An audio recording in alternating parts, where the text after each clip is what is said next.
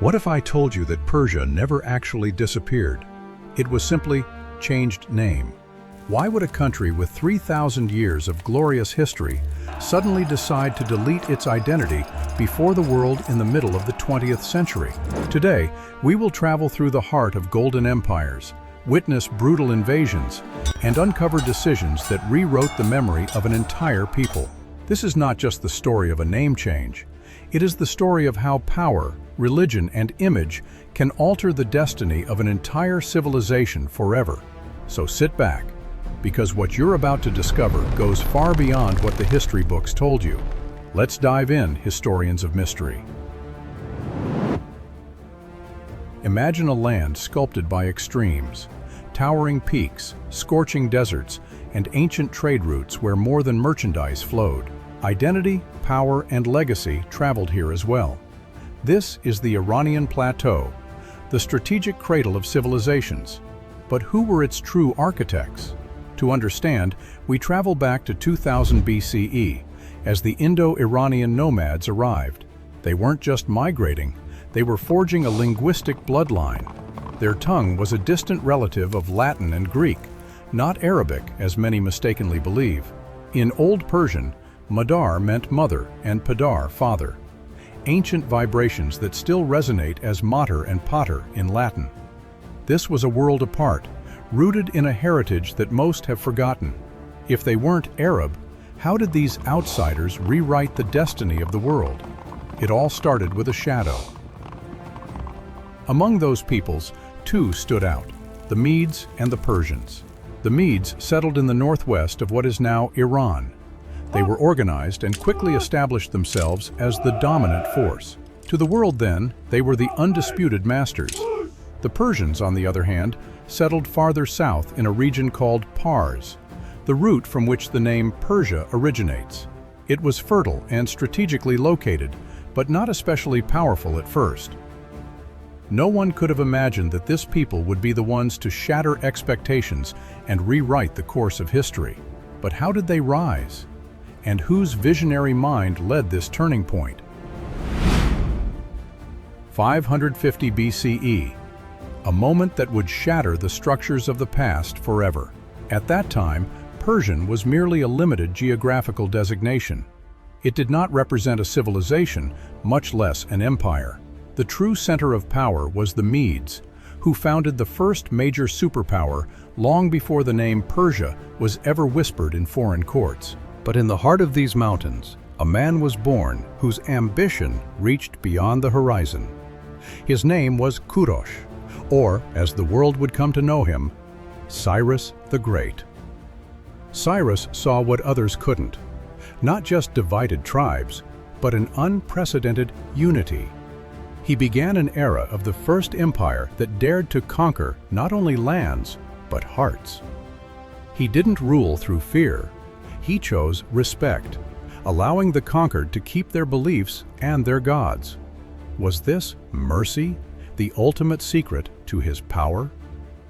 How did a man from a small region turn an overlooked people into the greatest empire history had ever seen? Long before Alexander, Napoleon, or Genghis Khan, one man conquered the world by doing the unthinkable. While other ancient empires ruled with iron fists and forced exile, Cyrus the Great built the Achaemenid Empire on a radical idea: loyalty through respect. After absorbing the Medes, he didn't just unify lands. He created a political machine that cultivated devotion instead of fear. Cyrus didn't erase cultures, he preserved them. He didn't silence religions, he protected their temples. In a masterstroke of diplomacy, he didn't claim to be a Persian envoy. Instead, he became the chosen one of the local gods. To the Jews in Babylon, he was a liberator. To the Babylonians, a restorer. It was a strategy of brutal efficiency. By allowing cultures to breathe, he ensured they would not rebel. But here is the haunting question. Could an empire built on such a delicate balance survive a world driven by raw ambition? Or was this very tolerance the hidden seed of its fragility. Under Cyrus and his successors, reaching its zenith with Darius I, the Persian Empire achieved a scale that was almost unimaginable. It stretched from the Indus Valley to the Mediterranean, swallowing Egypt, Babylon, and Lydia, lands that were once independent giants, now mere provinces in a far greater entity. But Persia's true strength wasn't just its reach, it was its brutal efficiency. Darius didn't just conquer the world, he engineered it. He carved royal roads through continents and established postal stations that moved messages with a speed that defied the era. While other empires expanded only to fracture, Persia expanded to function. It was a sophisticated bureaucracy that didn't just control, it organized, recorded, and connected. In doing so, it became the world's first true superpower. It was a machine of order in a world of chaos. But can a system so vast ever truly be controlled? Or was its very complexity a betrayal waiting to happen? In 334 BC, the Persian machine met a young man with a grudge. Alexander the Great led a lean, hungry army from the west, shattering the Achaemenid defense at legendary clashes like Gaugamela. To the world, the sun was finally setting on Persian gold. But then, the unthinkable happened. Instead of erasing the culture, Alexander was consumed by it. He didn't just rule Persia, he became Persian, adopting their dress, their court rituals, and their philosophy. He had conquered the land with his sword, but the civilization had conquered his mind. It's a haunting truth. A great identity doesn't die when its walls fall. It simply moves into the house of its enemy. But why would the world's greatest conqueror risk a mutiny just to dress like a Persian king? And if Alexander couldn't kill the Persian spirit, what finally did? Instead of destroying Persia, Alexander began to become it. He didn't just rule, he assimilated. He traded Macedonian armor for Persian royal silk, married the princess Roxana, and even performed ancient Zoroastrian rituals. To his generals, this was unforgivable, a betrayal of the very world they had marched to protect. As the unity of his army began to crack, suspicion turned into a cold, internal war. But Alexander wasn't acting out of confusion. He was chasing a radical vision, a single shared civilization where East and West merged into one. It reveals the true, haunting power of the Persian identity. It didn't need to defeat its enemies on the battlefield when it could simply pull them into its ancient, irresistible orbit. In 323 BC, the dream of a unified world died in a Babylonian palace. At just 32, Alexander was gone, leaving a vacuum that his generals, the Diadochi, quickly filled with blood. These men didn't share his vision of fusion. They saw his obsession with Persian splendor as a betrayal of their Greek roots. They carved the empire apart, with the Persian heartland falling to the Seleucid dynasty. On the surface, Persia was erased. Greek became the language of power, and foreign gods moved into ancient temples. To the west, the eastern yoke was broken, and Persia was a ghost, a lost civilization buried under a Hellenistic mask. But beneath the surface, the Persian soul remained vibrant. Its philosophy and identity didn't die in the palaces. They moved into the hearts of the people. Persia wasn't gone. It was in a deep, calculated sleep, waiting for the right moment to wake up and reclaim its throne. When Alexander died, his empire shattered like a broken mirror. For centuries, the Persian heartland was coveted by foreign warlords, from the Seleucids to the Parthians. But in the 3rd century AD, the slumbering giant finally woke up. In the province of Fars, the same cradle that birthed the first kings, the Sassanid Empire rose to perform a resurrection. They didn't just rule, they reclaimed a stolen throne. They crowned themselves the direct heirs of the Achaemenids, rebuilding temples to Ahura Mazda and establishing Zoroastrianism as the state faith. Persia flourished once more, transforming its culture into a weapon of soft power that reached from the Silk Roads of China to the courts of Europe. It was a hyper-civilized superpower, proving that borders may fall, but a nation's soul is permanent. However, this newfound glory was about to face a storm from the south that no ancient tradition could prepare it for. In the 7th century, a force from the Arabian Peninsula did the unthinkable.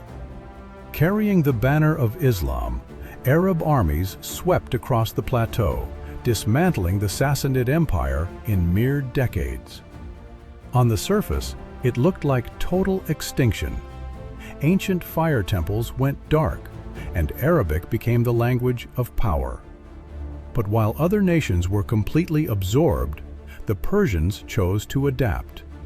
They didn't just surrender, they wove the new faith into the fabric of their ancient soul. Persian identity survived in its poetry, its sciences, and its art, creating a durable hybrid culture that was both Islamic and undeniably Persian. It was a staggering feat of survival. They proved that a civilization doesn't have to stay the same to endure. Sometimes the only way to live is to change. Despite the conqueror's shadow, the Persian heart never truly dissolved. For centuries, the plateau was a blood-soaked chessboard. From the Bides, who seized control of Baghdad, to the Seljuk Turks and the shattering Mongol hordes of Genghis Khan and Tamerlane, the land was burned and traded by a whirlwind of invaders. On the surface, it looked like a civilization ground into dust. But a strange paradox was at play. The more the world tried to break this land, the more its identity began to solidify. Amidst the smoke of falling dynasties, a razor-sharp Persian spirit emerged, one that was now Muslim, yet distinctly separate from the Arab world. They hadn't just survived, they had swallowed their invaders whole. This fragmented mess of warring tribes was being forged into a cultural superpower, ready to be welded into a single, unified nation. By the 1500s, the plateau was a fractured mosaic of war. But the Safavid dynasty arrived to unify the land using a tool more powerful than the sword, an indelible religious identity. In a radical move that would leave an indelible mark on history, they imposed Twelver Shi'ism as the absolute state religion. This wasn't just a spiritual shift, it was a geopolitical earthquake. Until then, the region had been predominantly Sunni, but the Safavids drew a line in the sand that the rest of the Islamic world could never cross. By enforcing this new faith, they effectively cut the umbilical cord to their neighbors. Persia became a distinct island in a Sunni sea, a religious fortress that ensured the nation would never again be just another part of a foreign empire. The wall had been built, but beneath this new unified surface, a deeper question was beginning to bubble. For centuries, the world saw this land through a dual lens. With the West, it was Persia, a name born from the province of Fars that the Greeks applied to the entire empire. It carried an aura of silk, architecture, and philosophy. But inside those borders, the people called themselves the people of Iran, derived from the ancient Aryanam, the land of the Aryans. This created a parallel identity. Persia was the external mask, the romantic brand the world admired from afar. Iran was the internal soul, the raw reality of medicine, science, and daily life. While dynasties like the Safavids and Qajars consolidated the state, this duality persisted, a beautiful, mythical past for foreigners and a living heartbeat for the locals. But as the 20th century dawned, the modern world demanded a choice. The moment was coming when the mask would be ripped away, forcing the globe to look at this land by its true name for the very first time. In 1935, Reza Shah did what centuries of war couldn't. He killed a global icon. He sent a diplomatic circular to every embassy on Earth with a startling mandate: stop calling us Persia. From now on, the world would use our endogenous name, Iran. To the Shah, Persia was a cage. While the West saw a romantic land of mystery, they also saw a decadent, backward relic easy to manipulate. By forcing the world to say Iran, the land of the Aryans, he sought to shatter that Orientalist mirror through symbolic diplomacy. He wanted to trade the silk robes of a poet for the steel uniform of a sovereign, autonomous superpower. But can you execute a 1,000-year-old identity and replace it with a modern brand without losing your soul? The world was about to find out that a name change carries consequences no politician can control. Inside the country, the decree sparked immediate controversy. To many intellectuals and citizens, this wasn't progress, it was a betrayal. For them, Persia was the golden thread to a glorious past. The Achaemenids, the laws of Cyrus, and the greatness of Persian literature and medicine. Abandoning the name felt like severing a 3,000-year-old legacy. While the state enforced the change in treaties, books, and newspapers, the people mourned the loss of an identity the world had loved for so long. It was a silent war between a romanticized history and a cold, pragmatic rebrand. But just as the world was getting used to the name Iran, the gears of history turned once more, shattering the nation's image forever. Yet history did not stop there. In 1979, a revolution led by Ayatollah Khomeini overthrew the monarchy, and the Islamic Republic of Iran was born. Almost overnight, the global lens shattered. Relations with the West collapsed. Shi'ism moved to the absolute center of the state, and the world's perception of this land changed forever. Today, the name Iran evokes for many a complex reality of geopolitical tensions, sanctions, and internal struggle. Meanwhile, Persia has ironically regained a romantic aura. It remains associated with a lost grandeur, a refined culture, and a past that feels almost mythical. Two names, one land, and a constant struggle to decide how it will be remembered. Because sometimes, a simple name hides a silent war between what we were, what we are, and what the world wants to see in us. Thank you for watching until the very end. If you're passionate about the stories that define our civilization, subscribe so you don't miss our upcoming deep dives. There is always more to discover. See you in the next chapter of history.